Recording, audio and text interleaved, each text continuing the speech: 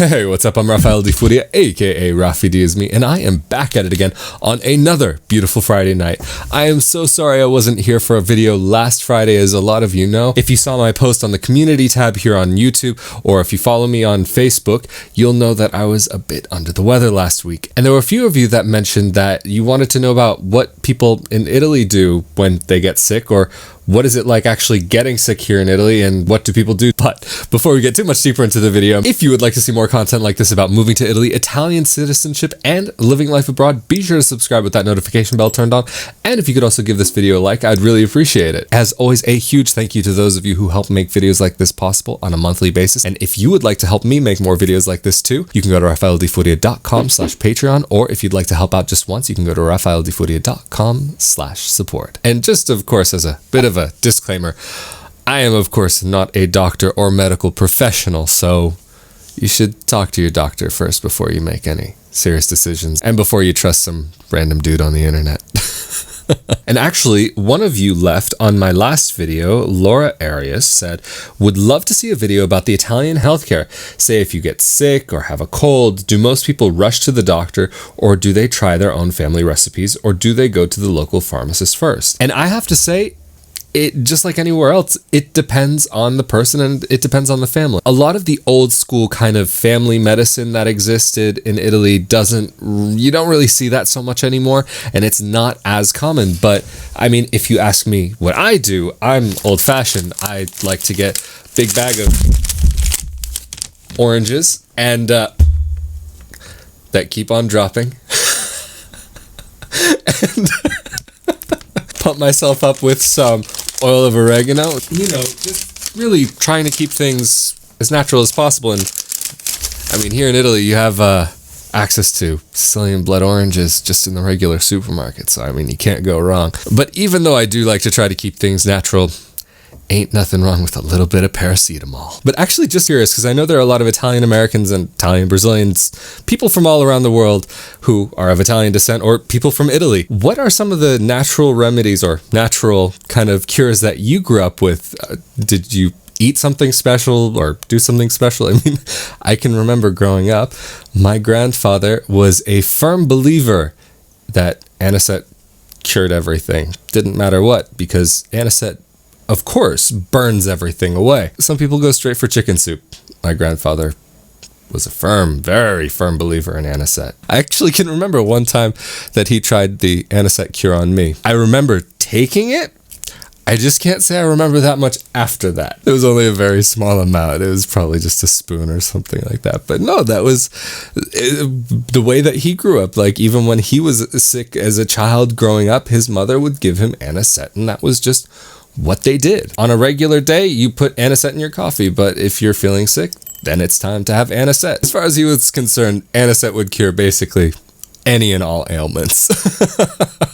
But I'm curious to hear what some of you might have grown up with, so be sure to leave it down in the comment section below. And even if you're not of Italian descent, or for wherever you're from, whatever your background is, what are some of the home remedies that you grew up with? But I would say, in general, among the people who I know, it's more common for Italians to go to the doctor first before they really do anything. But not everybody does, especially because if you want to get a doctor's appointment, not all doctors in Italy, if you're on the public system, accept appointments. And a lot of times you'll actually have to go to the doctor's office and wait for your doctor to take you. It's just a first come, first serve sort of thing. And doctors will often have very strange hours, and each doctor will have a different set of hours depending on their own personal practice, even if they are on the public healthcare system. If you need to go get antibiotics, you can go to your regular doctor, or if it's a very serious emergency, you can go to the emergency room. But be warned, at a lot of emergency rooms, you'll end up waiting a long time, because there they have the system that I spoke about in a previous video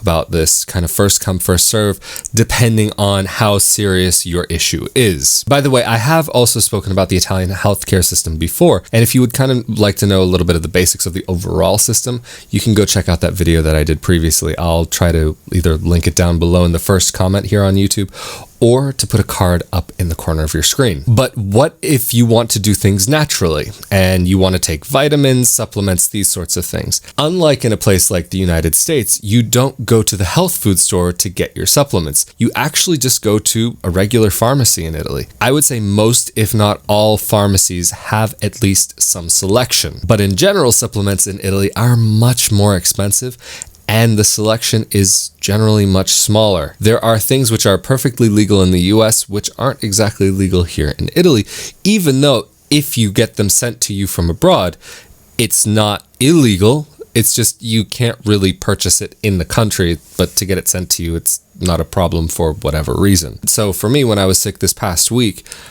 I was in bed down for the count, like I couldn't move, I couldn't anything.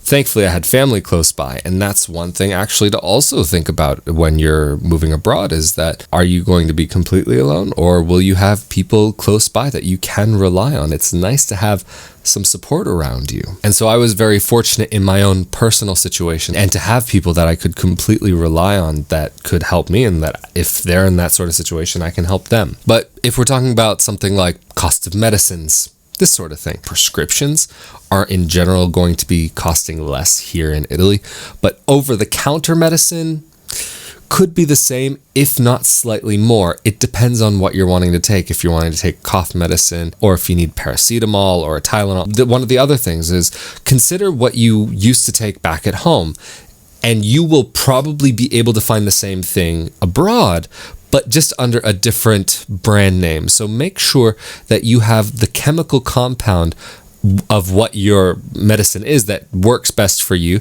and you can take that to the pharmacy where you are, and even if there's a slight difference, generally because they're all Latin-based names, these chemical compounds, they'll be able to at least understand what you're looking for. And just a little simple example of this, in English you would say paracetamol. In Spanish, in Spain, you would say paracetamol.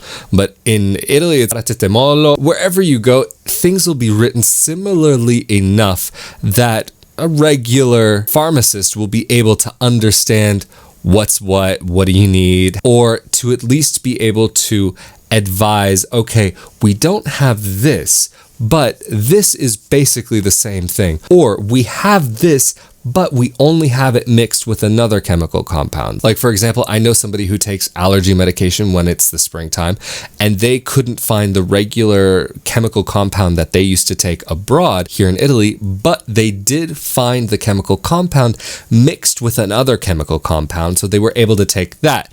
But in the end, it ended up being that this other extra chemical that was added to this medicine to make it what it was, they ended up being allergic to that. So they had to find a whole new allergy medicine. And there might be situations where you have that, or it might be where medication A works for you, medication B doesn't work for you, and maybe medication C. There's very often more than one option. In my own personal experiences, I've yet to meet a pharmacist who was rude, and every pharmacist that I've met so far was quite nice. I mean, look, if it's a basic human thing, if you're nice to people, they'll be nice to you too. Like, you treat people with basic human decency and you'll get the same back. So I've personally had great experiences with my interactions with pharmacists in Italy. Very often they don't speak English. When it comes to pharmacists, they seem to generally be a little bit better educated, so there's a slight chance you might find one, but there's no guarantee at all. And of course, in general in Italy, the rule of thumb is don't assume anybody speaks English. But if you do find somebody who's able to help you and speak in English, then congratulations.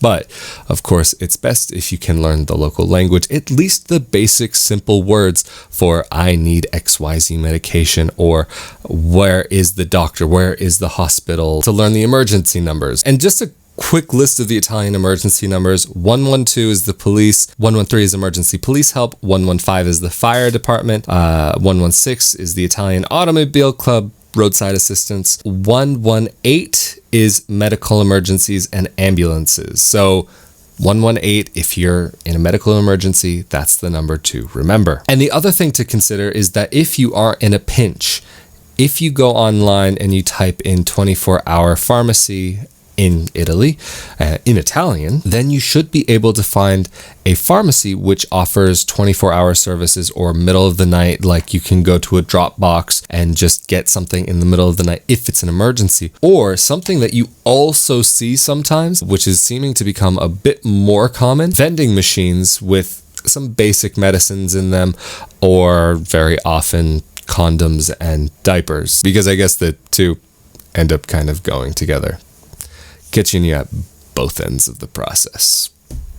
Anyway, I hope at least a few of you found this helpful, and if you did, be sure to let me know down in the comment section below, or if you have any questions about anything that has to do with living life here in Italy, feel free to leave that down in the comment section below, or if you have anything to add, feel free to leave it down there as well. And if you would like to see more content like this about moving to Italy, Italian citizenship, and more, please be sure to subscribe with that notification bell turned on. And if you could also give this video a like, I would really appreciate it, as it does help out the channel. And again, a big thank you to those of you who have been helping to make more videos like this possible. And if you would like to help make videos like this possible and help me make more of them, you can go to rafaeldifuria.com/Patreon to help out on a monthly basis. Or if you'd like to help out just once, you can go to rafaeldifuria.com/support. Or for shirts, baby onesies, mugs, and more that help make videos like this possible, you can go to rafaeldifuria.com/NYAG gear. All of the links are down below. And as always, I'm Rafael Di Furia, aka Rafi D is me. Thank you for joining me on another beautiful Friday night. I hope you all have a fantastic weekend. I really look forward to seeing you all next Friday, and I hope you all have a great weekend. Later.